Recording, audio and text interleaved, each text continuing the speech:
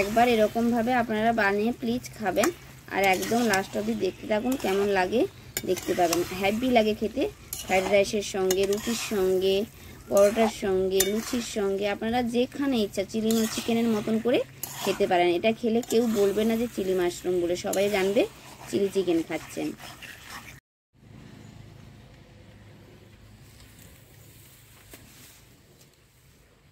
কতগুলো মাশরুম তুলেছি, হেঁটতে হয়েছে যাতে ঠান্ডা পরিস্থিতি থাকে, নাহলে মাশরুমটা হয়ে যাব। আমি এক ঝুড়ি মাশরুম তুলে নিয়েছি, তো জমজমাট রেসিপি হবে, দেখতে থাকুন লাস্ট পর্যন্ত। প্রথমে মাশরুমগুলোকে এরকম কুচু কুচু করে কেটে নেব। এই যে এরকম ছোট ছোট করে কেটে নিতে হবে, একদম বোটা যেটা সেটাকে একটু অল্প বাদ দিতে হবে, ডাটা ফাটা সবই নেওয়া যায়, এটা খুবই উপকার খাওয়া। তো আজকে রেসিপিটা একদম জমজমাট হবে, দেখতে থাকুন লাস্ট পর্যন্ত। প্রথমে এরকম কুচু কুচু করে কেটে নিচ্ছি। এবার এর সঙ্গে থাকবে অবশ্যই ফ্রাইড রাইস, যা চিলি চিকেনকেও হার মানিয়ে দেবে। এরকমভাবে যদি আপনারা বানিয়ে খান মানে দারুণ হবে, মানে চিলি চিকেনের কোনো প্রয়োজনই নেই। আজকে আমি যেভাবে চিলি মাশরুমটা বানাবো, তো ওটাকেই চিলি চিকেন মনে করবে সবাই, বাচ্চা থেকে বুড়ো সবার খুবই ফেভারিট রাখবে। প্রথমে এরকম করে সবগুলো, যে অনেকগুলো কেটে নেওয়া হয়েছে, আর এই যে আর কয়েকটা কেটে নেবে। এতগুলো কাটা হয়ে গেছে, এবারে এটাকে ভালো করে চটকে ধুয়ে নেব। ভালো করে এরকম চটকে চটকে জলটা ফেলে দিতে হবে। ধুয়ে জলটা ফেলে দিচ্ছি। সেমভাবে আর এক দুবার ধুয়ে নেব, মোটামুটি 3-4 বার ধোবো।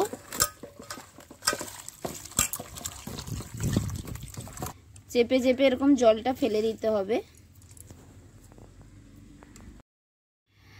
ভালো করে ধুয়ে নিয়েছি মাশরুমটা। এবারে ওর মধ্যে দিচ্ছি একটু রসুন থেতো করে দিয়ে দিচ্ছি, 1 চামচ দিচ্ছি ময়দা, 3 চামচ মতন দিয়ে দিচ্ছি কর্নফ্লাওয়ার, 1 চামচ 2 চামচ, এই 3 চামচ মতন দিয়ে দিলাম। স্বাদ মতো লবণ দিয়ে দিচ্ছি। এবার দিচ্ছি গোলমরিচের গুঁড়ো,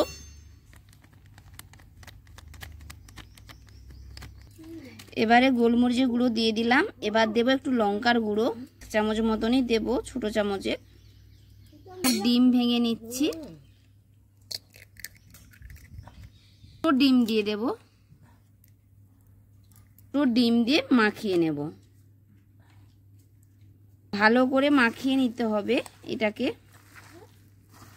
এবার মাখানোর সময় যদি একটু বেশি শক্ত মনে হয় বা নরম মনে হয়, সেরকমভাবে কর্নফ্লাওয়ার ময়দা অ্যাড করে দিতে হবে।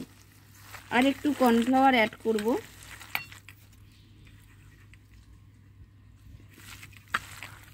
আর অল্প একটু ময়দা দেব, দিয়ে মাখিয়ে নেব।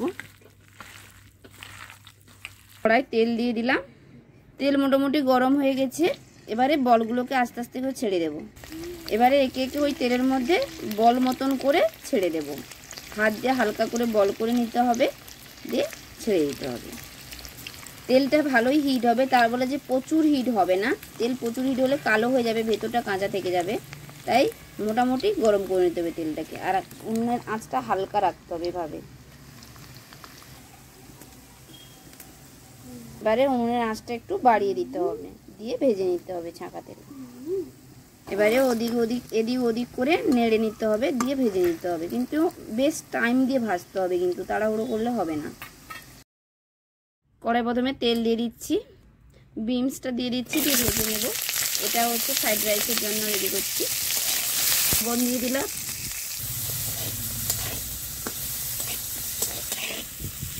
ভাজা হয়ে গেছে, নামিয়ে নেব এটা। এবারে গাজরটা ভেজে নেব, লবণ দিয়ে দিচ্ছি গাজরটায়। গাজরটাও ভাজা হয়ে গেছে, তুলে নিচ্ছি। ওর মধ্যে দিয়ে দিচ্ছি ঘি, ঘিয়ের মধ্যে দিয়ে দিচ্ছি কিশমিশ।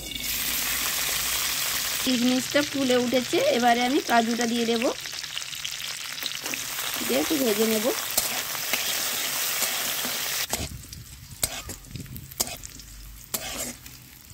দেখুন কি সুন্দর ভাজা হয়ে গেছে। এবারে ভাতটা তুলে দিচ্ছি। এইটা হচ্ছে আমি আগে থেকে লবঙ্গ, দারচিনি, এলাচ আর লবণ দিয়ে সেদ্ধ করে রেখেছিলাম ভাতটাকে, সেটাকে এখন করে নিচ্ছি। এর মধ্যে আমি বিনস আর গাজরটা দিয়ে দিয়েছি ভেজে রাখা। এবারে ওর মধ্যে দিচ্ছি চিনি, যে যেমন খাবেন তেমন দেবেন, আমি অল্প করেই দেবো, 2 চামচ মতনই দেবো। হাফ ভাত দিয়েছি, পুরো ভাতটা এখনও দেইনি। এবারে দেব গোলমরিচের গুঁড়ো,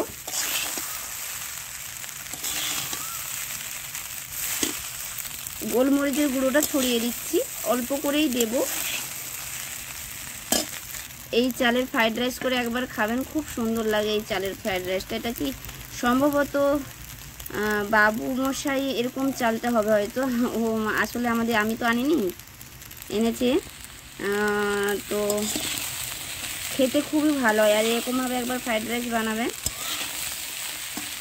বা যে কোনো চালেই খেতে ভালো লাগে, তো আমার এই চালটা সবচেয়ে বেশি ভালো লাগে, তাই আমি এই চালটারই ফ্রাইড রাইস বানাই। বাকি যে ভাজাটা ছিল দিয়ে দিলাম, ওর মধ্যে একটু গোলমরিচের গুঁড়ো ছড়িয়ে দিচ্ছি, অল্প পরিমাণে দেব, আর দিয়ে দেব 2 চামচ চিনি।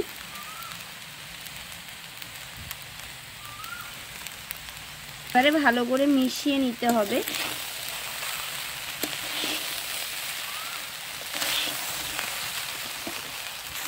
এই দেখুন কি সুন্দর হয়েছে, এই দেখুন কি সুন্দর সাদা ধপধপে হয়েছে। এবার একটাও আমাদের ভাত ভাঙেনি, এই যে একদম গোটা গোটা হয়ে আছে সব।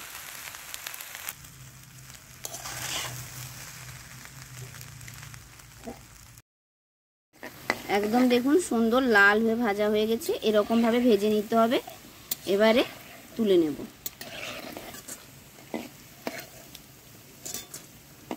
আর একবার হবে, আর একবার ভেজে নেব।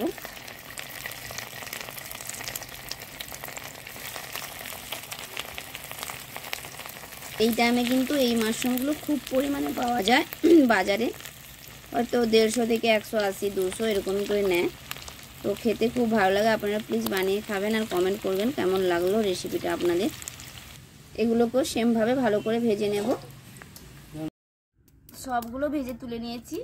ওই তেলের মধ্যে দিয়ে দিচ্ছি রসুন কুচানো। রসুনটা লাল হয়ে ভাজা হয়ে গেছে, এবারে দিচ্ছি কাঁচা লঙ্কা কুচানো।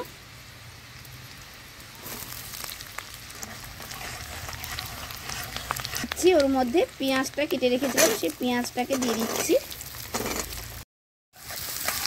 পেঁয়াজটাকে একটু ভাজা ভাজা করে নেব। এবার ওর মধ্যে দিয়ে দিচ্ছি ক্যাপসিকামটা,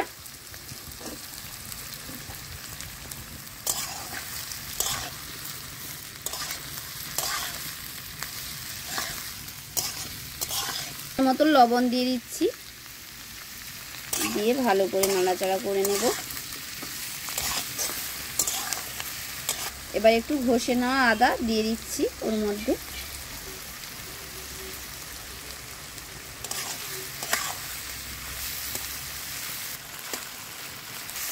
হয়ে গেছে, এবারে ওর মধ্যে দিয়ে দেব টমেটো সস।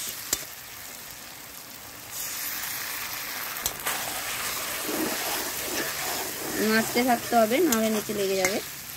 অবশ্যই আঁচটা কমিয়ে দিতে হবে, আমি কমিয়ে দিয়েছি।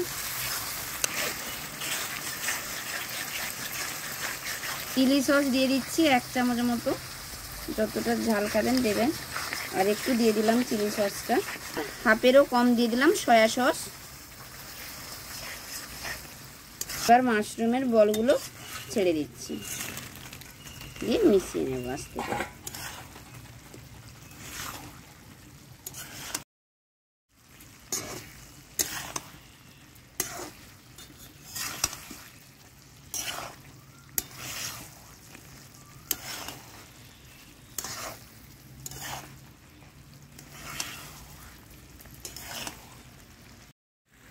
কত সুন্দর দেখতে হয়েছে দেখুন। 1 চামচ কর্নফ্লাওয়ার নিয়েছি, ওর মধ্যে জল দিয়ে দিচ্ছি, দিয়ে ঘুটে নেব, ভালো করে গুলিয়ে নেব কর্নফ্লাওয়ারটা। কর্নফ্লাওয়ারের জলটা এর মধ্যে দিয়ে দেব। মধ্যে দিয়েছি 1 চামচ চিনি, ওর মধ্যে দিয়ে দিচ্ছি গোলমরিচের গুঁড়ো। এটাকে ভালো করে মিশিয়ে নেব। আমার প্রায় রেডি হয়ে গেছে চিলি মাশরুম।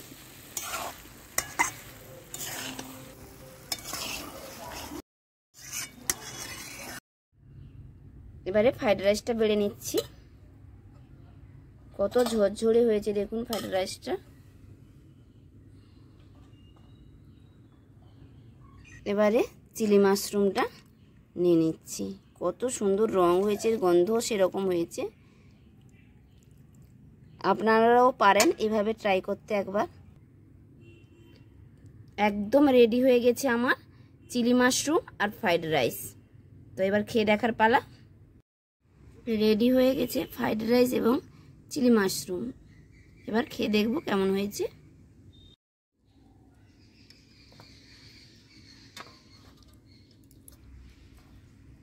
আমি খেয়ে দেখছি কেমন হয়েছে।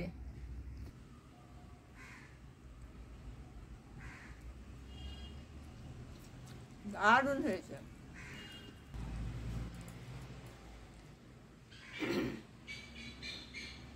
এবারে মাশরুমটা খেয়ে দেখছি কেমন হয়েছে।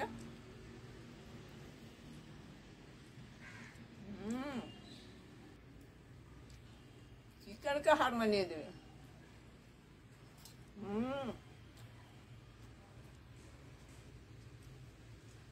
ফাটাফাটি।